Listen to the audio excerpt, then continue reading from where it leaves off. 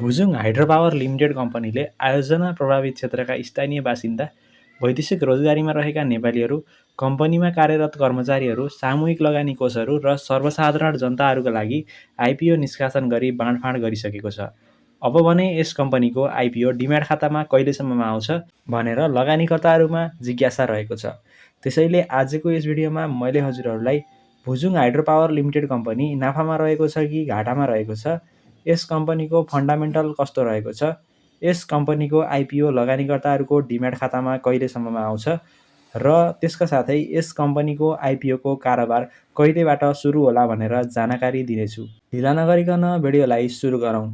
Bhujung hydro power limited कम्पनीले जारी पुँजी 1 अर्ब रुपैयाँको 20% अर्थात् 20 करोड रुपैयाँ बराबरको 20 लाख किता सेयर निष्कासन गर्ने अनुमति पाएको थियो, जसमध्ये कम्पनीले 10 लाख किता साधारण सेयर आयोजना प्रभावित क्षेत्रका स्थानीय बासिन्दाहरूका लागि र 1 लाख किता साधारण सेयर विदेशमा रोजगार गरिरहेका नेपालीहरूका लागि निष्कासन गरेको थियो भने कम्पनीले दोस्रो चरणमा कर्मचारीहरूका लागि 20,000 किता र सामूहिक लगानी कोषहरूका लागि 50,000 किता सेयर सुरक्षित राखी बाँकी रहेको 8 करोड 30,000 रुपैयाँ बराबरको 8,30,000 किता सेयर सर्वसाधारण लगानीकर्ताहरूका लागि निष्कासन गरेको थियो र कम्पनीले आयोजना प्रभावित क्षेत्रका स्थानीय बासिन्दा, वैदेशिक रोजगारीमा रहेका नेपालीहरू, कम्पनीमा कार्यरत कर्मचारीहरू, सामूहिक लगानी कोषहरू र सर्वसाधारण जनताहरूको लागि निष्कासन गरेको आइपिओ बाँडफाँड पनि गरिसकेको छ।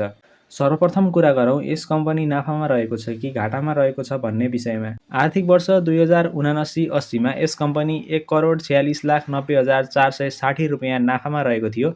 आर्थिक वर्ष 2080-81 मा यस कम्पनी 5 करोड 71,50,540 रुपैयाँ घाटामा रहेको थियो र आर्थिक वर्ष 2081-82 मा यस कम्पनी 5 करोड 7,01,750 रुपैयाँ घाटामा थियो। त्यसैगरी यस कम्पनीले आर्थिक वर्ष 2082-83 मा 3 करोड 28,86,000, आर्थिक वर्ष 2083-84 मा 6 करोड 90,55,820 रुपैयाँ र आर्थिक वर्ष 2084-85 मा 8 करोड 630 रुपैयाँ नाफा गर्ने प्रक्षेपण गरेको छ। यस कम्पनीले आर्थिक वर्ष 2081 साल वैशाख 6 गतेबाट मात्रै व्यावसायिक बिजुली उत्पादन सुरु गरेको हो। त्यसैले अहिले यो कम्पनी घाटामा नै रहेको छ। अब कुरा गरौँ यस कम्पनीको फन्डामेन्टल कस्तो रहेको छ भन्ने विषयमा। आर्थिक वर्ष 2079-80 मा भुजुङ हाइड्रो पावर लिमिटेड कम्पनीको इपिएस 4.14 रुपैयाँ रहेको थियो। आर्थिक वर्ष 2080-81 मा यस कम्पनीको इपिएस -16.12 रुपैयाँ रहेको थियो भने आर्थिक वर्ष 2081-82 मा इपिएस -10.81 रुपैयाँ रहेको थियो। त्यसैगरी यस कम्पनीले आर्थिक वर्ष 2082-83 मा इपिएस 3.29 रुपैयाँ, आर्थिक वर्ष 2083-84 मा 6.91 रुपैयाँ र आर्थिक वर्ष 2084-85 मा 8 रुपैयाँ पुर्याउने प्रक्षेपण गरेको छ। नेटवर्थको कुरा गर्नुपर्दा यस कम्पनीको आर्थिक वर्ष 2079-80 मा 108.44 रुपैयाँ, आर्थिक वर्ष 2080-81 मा 92.31 रुपैयाँ र आर्थिक वर्ष 2081-82 मा 90.04 रुपैयाँ रहेको थियो। त्यसैगरी यस कम्पनीले आर्थिक वर्ष 2082-83 मा नेटवर्थ 94.72 रुपैयाँ, आर्थिक वर्ष 2083-84 मा 101.63 रुपैयाँ र आर्थिक वर्ष 2084-85 मा 104.63 रुपैयाँ पुर्याउने प्रक्षेपण गरेको छ। अन्तिम कुरा भनेको भुजुङ हाइड्रो पावर लिमिटेड कम्पनीको आइपिओ लगानीकर्ताहरूको डिम्याट खातामा कहिलेसम्ममा आउँछ र यस कम्पनीको आइपिओको कारोबार कहिलेसम्मबाट सुरु होला भन्ने रहेको छ।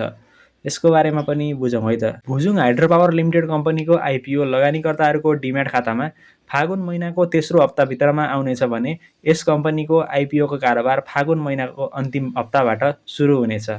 आशा छ यो भिडियो हेरेर हजुरहरूले Bhujung hydro power limited company नाफामा रहेको छ कि घाटामा रहेको छ, यस कम्पनीको फन्डामेन्टल कस्तो रहेको छ, यस कम्पनीको आइपिओ लगानीकर्ताहरूको डिम्याट खातामा कहिलेसम्ममा आउँछ र त्यसका साथै यस कम्पनीको आइपिओको कारोबार कहिलेबाट सुरु होला भनेर जानकारी पाउनुभयो। भिडियो उपयोगी लाग्यो भने भिडियोलाई लाइक, सेयर र हाम्रो च्यानललाई सब्स्क्राइब गर्न नबिर्सनुहोला। अर्को समय नयाँ जानकारी र अपडेट सहित भेटौँला। धन्यवाद।